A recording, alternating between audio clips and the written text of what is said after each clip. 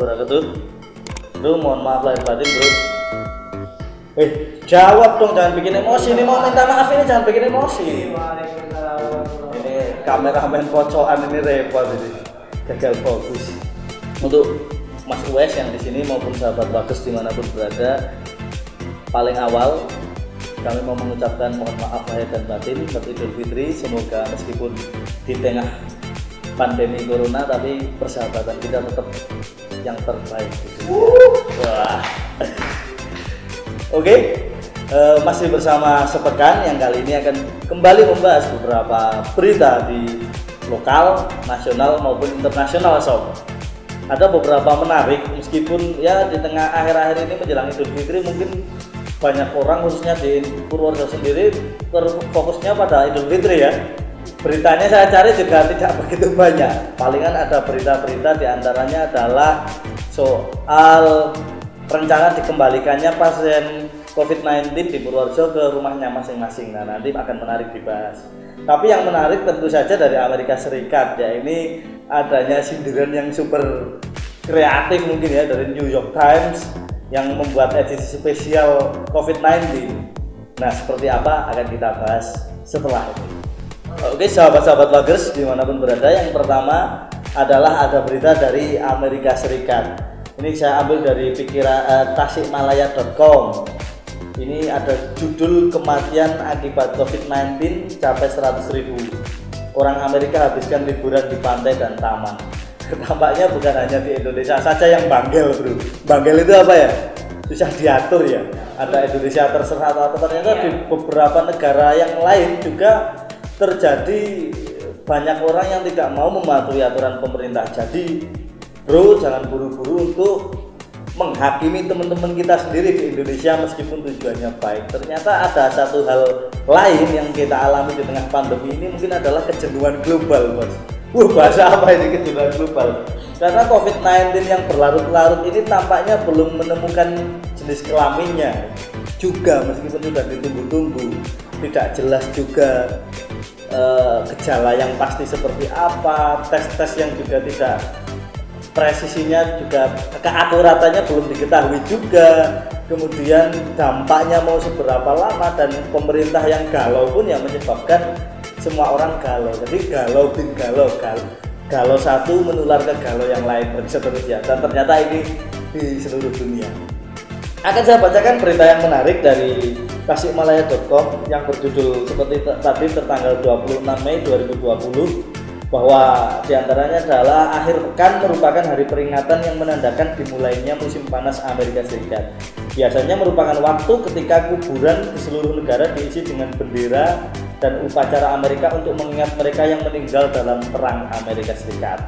Tahun ini juga menjadi waktu untuk berduka atas hilangnya lebih dari 97.000 orang karena pandemi COVID-19 di Amerika Serikat. Yang saya tahu dari Worldometer ini yang tertinggi bro di dunia. Bisa dicek di Worldometer bagi teman-teman yang mau mengecek perkembangan COVID-19 di seluruh dunia.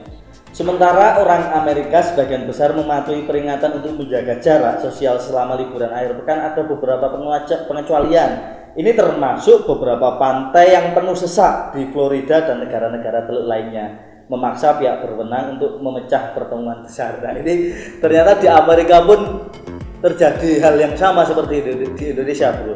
Tapi justru yang menarik adalah adanya sindiran dari New York Times untuk Donald Trump atau pemerintah Amerika Serikat, yang salah satunya diangkat oleh Dahlan Iskan, salah satu mantan menteri kita ya bro, di website pribadinya thisway.id yang berjudul 100.000 oleh Dahlan Iskan. Jadi begini bro, menyalahkan gubernur sudah, menyalahkan ilmuwan medis sudah, menyalahkan Tiongkok sudah, pun menyalahkan pendahulunya Barack Obama.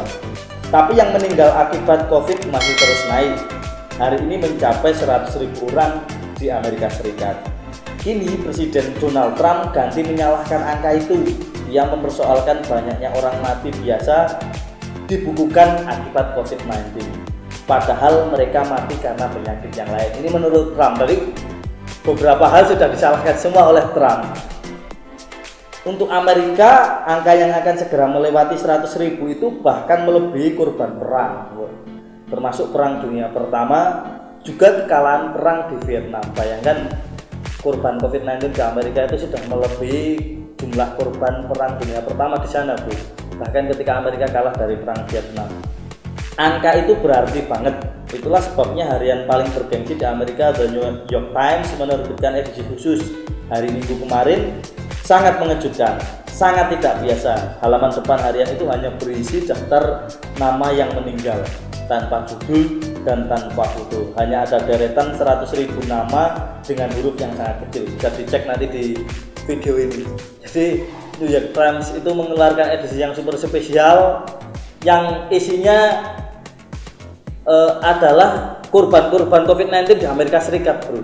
Jadi koran terbit cuma memaparkan korban-korban di Amerika Serikat. Ya, ini kritikan yang sangat pedas ya terhadap pemerintahan Donald Trump yang tidak bisa mengatasi COVID di sana.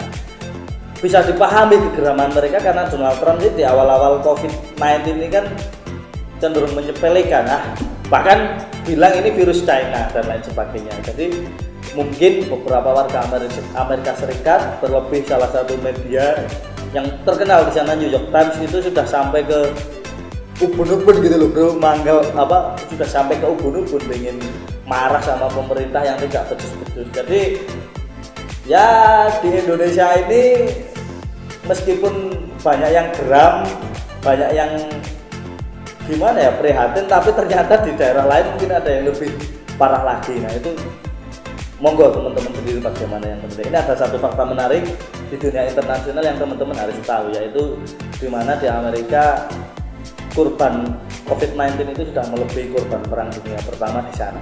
Dan ini memicu pesan yang keras dari beberapa pihak. Ini mungkin ya termasuk berita positif juga untuk dunia media, bro, karena media memang salah satu ruang untuk memberikan kritikan yang membangun kepada pemerintah. Jadi agar masyarakat itu tidak hanya mendapat pemberitaan-pemberitaan dari pemerintah aja gitu loh, bro, mau bener, mau gagal, mau baik, mau buruk, mau gagal total atau apa, itu di branding bagus terus. Ini fungsinya media untuk mengangkat hal-hal seperti itu. Lanjut di berita yang kedua, ada dari Detik News, juga menarik Mas Awes, dengan judul ikut demo di tengah pandemi corona, Presiden Brasil Bolsonaro lepas masker. Menarik ini. Bahkan kalau ngomong Brasil, di Amerika tadi pun sudah mulai Donald Trump mengeluarkan larangan kunjungan dari negara Brasil kecuali yang berpaspor Amerika. Nah ini dari Brasil sendiri juga ternyata tidak kalah menarik di dunia internasional. Ini banyak yang menarik juga. Kalau kemarin di sepekan itu ada kabar baik, Kamboja yang sembuh semua. Ini di Brasil ikut demo di tengah pandemi corona, Presiden Brasil Bolsonaro lepas masker. Ini tanggalnya 25 Mei, Senin, berarti baru kemarin. Sao Paulo, Presiden Brasil Jair Bolsonaro ikut turun ke jalan dan berbicara di hadapan para pendukungnya. Dia berbicara kepada para pendukungnya sambil membuang masker dan mengabaikan aturan jaga jarak. Bayangkan ini. Sangar-sangar tau gitu. Seperti dilansir FVP Senin 25 Mei 2020, Jair Bolsonaro tiba di rapat umum di luar istana kepresidenan di Brasilia dengan masker bedah putih pada hari Minggu. Namun ia segera melepaskan maskernya untuk menyambut kerumunan orang yang bersorak-sorai, berjabat tangan dan merangkul mereka. Bahkan dia sempat mengangkat seorang anak laki-laki ke pundaknya. Dia menyeringai ketika pendukungnya melambai-lambaikan bendera sembari berteriak legenda dan orang-orang mendukungmu Bolsonaro. Tetapi meskipun Bolsonaro memiliki inti dukungan yang kuat, sekitar 30% pemilih menurut jajak pendapat baru-baru ini yang menghadapi banyak kecaman. Jadi banyak juga yang mengecam tindakannya. Diketahui bahwa Brasil mencatat hampir 350.000 kasus corona yang terkonfirmasi. Nah, Bolsonaro telah terkenal karena kontroversinya ini yang membandingkan virus corona dengan flu ringan. Menurut dia bahwa kegiatan tetap di rumah itu tidak perlu merugikan perekonomian. Jadi ya seperti tadi, mungkin telah ada kejenuhan global yang menyebabkan tidak hanya rakyat, bahkan para petinggi sebuah negara, para petinggi suatu negara itu ya melakukan tindakan yang aneh-aneh. Ini bukannya membela pemerintah atau seperti apa, ini cuma membuka wawasan. Nah, ternyata keanehan-keanehan ini terjadi secara global. Nah, langsung saja lanjut ke berita selanjutnya yang masih tentang corona, karena beritanya hari ini ya tentang corona semua ya. Ada istilah baru yang sering kita dengar, namanya new normal. Ya, saya kutip dari kompas.com, ada artikel berjudul sering disebut-sebut apa itu new normal. Sabtu 16 Mei 2020. Masyarakat, kata Wiku, akan menjalani kehidupan secara new normal hingga ditemukannya vaksin dan dapat digunakan sebagai penangkal virus corona. Transformasi ini adalah untuk menata kehidupan dan berlaku baru ketika pandemi yang kemudian akan dibawa terus ke depannya sampai tertemukannya vaksin untuk COVID-19, katanya, kata Wiku ya itu. Beberapa ahli dan pakar kesehatan dunia telah memastikan bahwa kemungkinan paling cepat dapat ditemukannya vaksin adalah pada 2021. Nah, ini sama dengan terbitnya La Casa de Papel season 5 ini gara-gara Covid jadi tertunda sampai 2021. Artinya masyarakat harus menjalani kehidupan secara new normal hingga tahun depan, bahkan kemungkinan lebih. Oleh karenanya perubahan perilaku akan menjadi kunci optimisme dalam menghadapi COVID-19 dengan menerapkan protokol kesehatan sesuai anjuran pemerintah atau yang dikenal sebagai new normal. Ya, jadi kalau saya menyimpulkan sih ya, new normal kalau mau dikatakan istilah ya istilah. Tapi mungkin yang dimaksud adalah dampak secara psikologis, bahwa jangan sampai kondisi yang tidak selesai-selesai ini, kondisi yang memang tidak normal ya sebenarnya, akan mempengaruhi pikiran masyarakat menjadi pemikiran yang negatif, karena orang kan kalau terlalu lama di situasi yang tidak normal dari depresi atau dan lain sebagainya ya bro. Sehingga pemerintah mau menekankan bahwa cepat atau lambat, mau tidak mau, bahwa ini yang sedang terjadi dan ini normal sebenarnya di tengah dunia yang semakin ganas, kan begitu. Menurut saya sih ya bagus-bagus saja sih mengikuti anjuran pemerintah, hanya saja jangan sampai kehilangan akal pikiran kita, jangan sampai kehilangan pikiran kritis kita. Ada banyak hal yang bisa dianggap normal dan ada banyak hal yang tidak bisa dianggap normal juga sih bro, begitu. Apakah sampai waktu vaksin ditemukan kita akan terus-terusan atau bahkan setelah vaksin ditemukan nanti kita menutup diri di rumah, kita tidak bersosialisasi, kita tidak menyapa dan berjabat tangan dengan orang-orang terdekat, kita akan dianggap sesuatu yang normal? Kan bisa jadi, kalau saya sih enggak sih gitu bro. Jadi memang ini iya sesuatu yang harus kita lewati, dan bagi saya memang beberapa tidak normal. Istilah new normal muncul di Indonesia setelah Presiden Joko Widodo menegaskan masyarakat harus bisa berkompromi, hidup berdampingan dan berdamai dengan COVID-19 agar tetap produktif. Dengan demikian, pemerintah akan mengatur agar kehidupan masyarakat agar dapat kembali berjalan normal. Inilah yang kemudian disebut Jokowi sebagai new normal. Kalau mengutip dari Ahmad Yuryanto sih, juru bicara pemerintah penanganan COVID-19, mengatakan bahwa new normal ini menitik beratkan perubahan budaya masyarakat untuk berperilaku hidup sehat. Bagi saya baik-baik saja. Yaitu ada yang harus diikuti, niat baik pemerintah ini memang bisa kita terima, tapi jangan sampai melenakan bahwa ini semuanya dianggap normal bro, karena memang tidak normal gitu loh bro. Ada banyak orang yang kehilangan pekerjaan, ada banyak orang yang terpaksa berjauh-jauhan, dan banyak itu memang ya ya bukan lain. Berita menarik lainnya dari Deddy Corbuzier bro, yang baru saja mewawancarai Bu Siti Fadilah, mantan Menteri Kesehatan kita. Nah, ini cukup isinya kan cukup mencengangkan itu dan menjadi sorotan beberapa pihak. Tapi ada yang menarik ketika akhirnya Deddy Corbuzier ini terancam, ngomongnya dia sih Deddy Corbuzier enggak, Deddy Corbuzier itu. Tapi yang menarik, Deddy Corbuzier ini jadi terancam hukum bro, karena dianggap melanggar, ya ada yang dilanggar. Nah ini ada berita dari republika.co.id yang berjudul "Ini yang dilanggar Deddy Corbuzier saat mewawancarai Siti Fadilah", tanggal 26 Mei, hari Selasa ya, baru ini ya. Deddy Corbuzier melakukan wawancara dengan mantan Menteri Kesehatan Siti Fadilah Supari di rutan Pondok Bambu. Hasil wawancaranya itu kemudian diunggah di media sosial Instagram Deddy. Direktoral Jenderal Permasyarakatan di Jenpas menyebut wawancara yang dilakukan Deddy pada Siti Fadilah Supari telah melanggar melanggar sejumlah aturan. Pak Humas Dijenpas Rika Aprianti menyebut wawancara yang dilakukan Dedi tidak sesuai dan tidak memenuhi persyaratan yang tercantum pada Peraturan Menteri Hukum dan HAM RI nomor MHH 01 IN 0403 5 Oktober tahun 2011. Menurut Rika, Dedi menyalahi aturan seperti tertuang dalam pasal 28 ayat 1 yang mengatakan bahwa peliputan untuk kepentingan penyediaan informasi dan dokumentasi harus mendapat izin secara tertulis dari Dijenpas. Nah, pihak Dijenpas ini sendiri mengaku tidak mengeluarkan surat ini, bro. Rika melanjutkan, Dedi dan tim juga melanggar pasal 30 ayat 3. Pasal ini menyatakan bahwa peliputan hanya dapat dilakukan pada hari kerja dan jam kerja yang ditentukan oleh masing-masing unit atau satuan kerja. Berdasar keterangan dari pihak Rutan Pondok Bambu yang melakukan penelusuran kepada Siti Fadilah maupun 2 orang petugas Rutan Pondok Bambu yang berjaga di RPAD, wawancara Siti Fadilah dengan Deddy Corbuzier diperkirakan terjadi Rabu malam, jadi sudah di luar jam kerja. Kemudian pasal yang dilanggar Deddy adalah pasal 30 ayat 4 yang menyatakan bahwa pelaksanaan peliputan harus didampingi oleh pegawai permasyarakatan dan sesuai dengan prosedur yang ditentukan. Rika mengatakan 4 orang yang mengenakan masker, salah satunya mengundangkan penutup kepala dari jaket juga mengenakan ransel. Satu di antara 4 orang itu adalah Deddy Corbuzier. Terakhir, Dedi dan timnya melanggar pasal 32 ayat 2 bahwa wawancara terhadap narapidana hanya dapat dilakukan jika berkaitan dengan pembinaan narapidana.